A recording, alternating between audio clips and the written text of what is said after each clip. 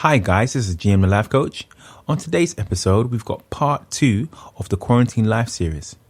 And in today's episode, we've got Natalie, who's going to talk about her experience of quarantine life at home. She's going to talk about her experience of living with her family of 2 kids and her partner. But hey, listen, I'm not going to talk too long. I'm going to go straight into the episode. So this is Natalie, part 2 of Quarantine Life. I am GM, the Life Coach. So what's it like for me being in quarantine with children while working? Well, where to start?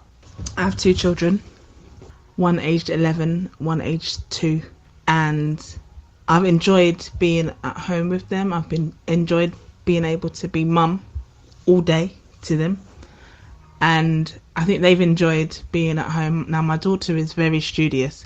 So my daughter is the older one, the 11-year-old, and she's very studious. She loves school. She loves the routine, and she's just started secondary school, so she enjoys the independence that this has given her, going to school, going on the bus by herself, meeting her friends, making calls to arrange to meet them, all of that kind of thing. So she's really, I would say, out of us, all of us, this has impacted her the most. And she's really missed the social element of school. She misses her lessons, she misses her friends, she misses her teachers. So I'd say this has had the biggest impact on her. My 2-year-old is a boy, and I don't think he fully understands exactly what's happening.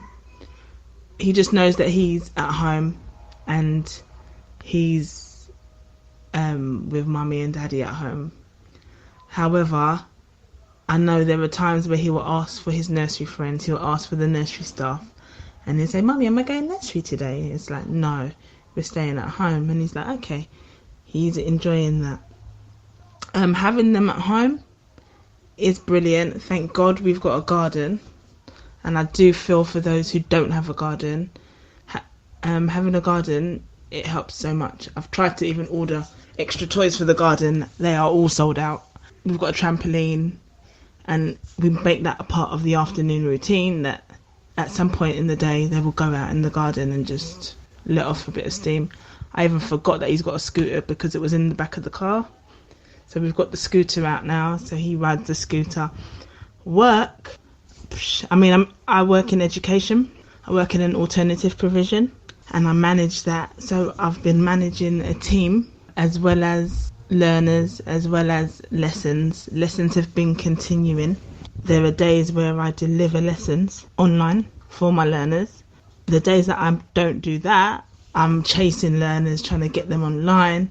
I have my work phone diverted to my mobile, and that's interesting because I will get a parent or a referrer or an outside agency, the council, social workers, support workers, yacht workers, whoever will be calling me. And because my phone's now diverted to my mobile, I have work calls coming in as well as my personal calls coming in. So that's been a struggle, and I let people know from the get-go. I have a 2-year-old, and you may hear him in the background, and I kind of put that disclaimer out.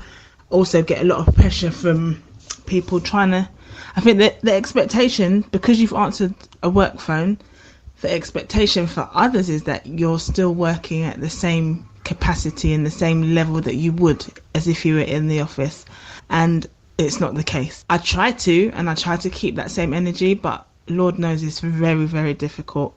And each day it's got a bit easier, but it doesn't take away from the fact that some days I feel like I'm working probably harder than if I was in the office, for the simple fact that I'm spinning several plates at the same time. So obviously being at work, yes, because it's an alternative profession, we manage a lot of behaviour issues. So yeah, I'm having to leave my office to go and deal with an issue in this classroom, deal with an issue in that classroom, deal with an issue down the corridor, etc. However, it's not the same as, "Mum, I'm hungry. Mum, what time's lunch? Mum, my nappy's dirty. Mum, do you want to play this game? Mum, let's read a book. Let's do that." Do you know what I mean? And keep the children entertained at the same time.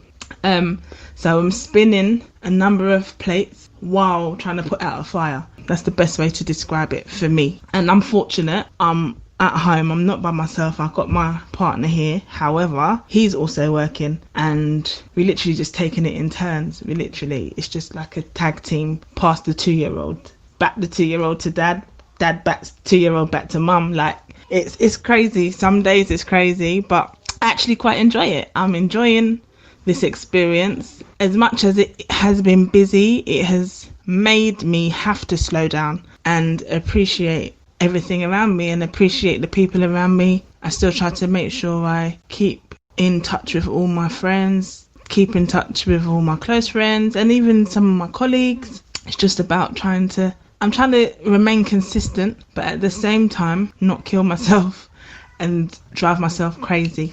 So that's just a little insight into my time in quarantine.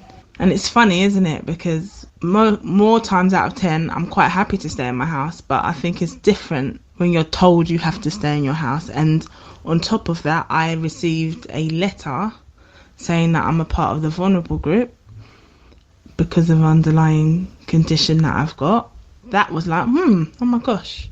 Although I had no plans to go anywhere, but I did look forward to my old trip to the supermarket. But now I've had to literally rewire my whole thinking and just do what is best for myself and my family and ensure we stay safe. Because I'm hoping if I can do what I need to do, and I'm making my contribution to this massive pandemic. So that's just my take on the experience. I hope you all are keeping safe and take care. GM, the life coach.